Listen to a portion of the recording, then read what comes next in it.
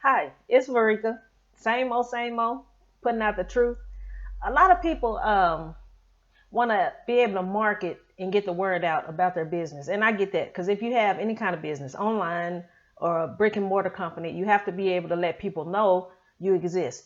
But magazines, in my opinion and in my experience, is one of the worst strategies or platforms you can use to get the word out about your business. Because if you ask your friends, how many of you have magazine subscriptions? Most people would say, I don't have any. We don't do that anymore. It used to be a tool that you can use to get to your target audience. But now that you have the internet, you got what, hundreds of millions of people on the internet? No magazine has an audience of hundreds of millions of people. So they don't keep up with what's going on in the digital marketing world. Magazines, the audience is not keeping up. Also, they're too pricey. Magazines are too pricey. I looked into getting a full page ad from a business magazine, and for just one issue, it was more than $2,000 just because they have an audience of about a half million people. $2,000 for a full page ad? Really, you're paying for the paper and the ink.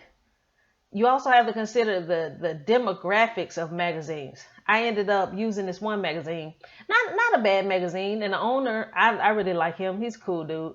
But when I advertised in the magazine, the money I paid about $500 for a half page ad, and in a couple of months, I only got 70 people to even contact me to talk about business. 70 is such a extremely small number. It's not something I can work with. It's not something that can actually help me. So magazines, if you're going to advertise any kind of business, magazines, I don't really think that's the best bet because in my experience, it did not generate enough attention. The prices are too high. You're paying for the paper and the ink. It didn't produce sales for me. And it's just something that's kind of old school. It's not the behavior. People don't behave that way anymore. When people go to look for something, they go to two places. They go to Google and they go to YouTube. Those are the top two platforms that are being used to do research, not magazines. Magazines are the most expensive and the least effective.